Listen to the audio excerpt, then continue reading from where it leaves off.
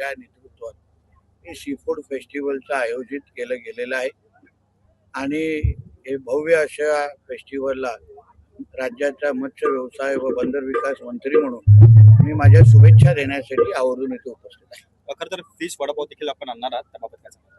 एक चांगली संकल्पना आमच्या मत्स्य कमिशनरांनी आमच्या समोर मांडलेली आहे की ज्या पद्धतीने आपण महाराष्ट्रामध्ये आपण वडापाव हा आपल्यासाठी अतिशय एक वर्षानुवर्ष पिढ्यानपिढी आपल्यासाठी एक लोकप्रिय खाद्यपदार्थ राहिलेला आहे, तसंच फिश पाव नावाचा एक चांगली संकल्पना आम्ही 1 मे पासून महाराष्ट्र दिवसाच्या निमित्तापासून आम्ही आणण्याच्या प्रयत्नात आहोत, जेणेकरून राज्याच्या कानाकोपऱ्यात प्रमुख शहरामध्ये अशा पद्धतीचे फिश पावचे स्टॉल आपण लोकांना उपलब्ध करून द्यावेत.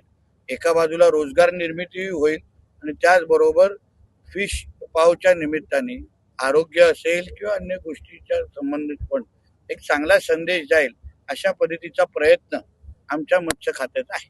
मोहित कामत यांच्या मुलीच्या वाढदिवसाला आदित्य ठाकरेंनी राज ठाकरे देखील गेले होते. विरोधक कुठेतरी एकत्र येतात अशा चर्चा होताना सुरू आहे. शेवटी विरोधकांकडे आता पर्याय राहिलेला नाही. सगळंच भांडवल संपलेलं आहे, दुकानामध्ये माल संपलेला आहे आणि भारतीय जनता पक्ष आणि आदरणीय देवेंद्र फडणवीस साहेबांशिवाय दुसरा पर्यायच राहिलेला नाही. आम्ही नेहमी बोलायचो की आमचा बॉस हा सागर बंगल्यावर बसतो किंवा आता वर्षा बंगल्यावर आहे.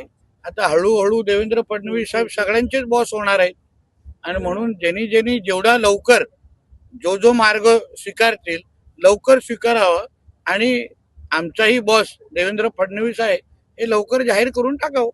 हिंदी सर, हिंदी सवाल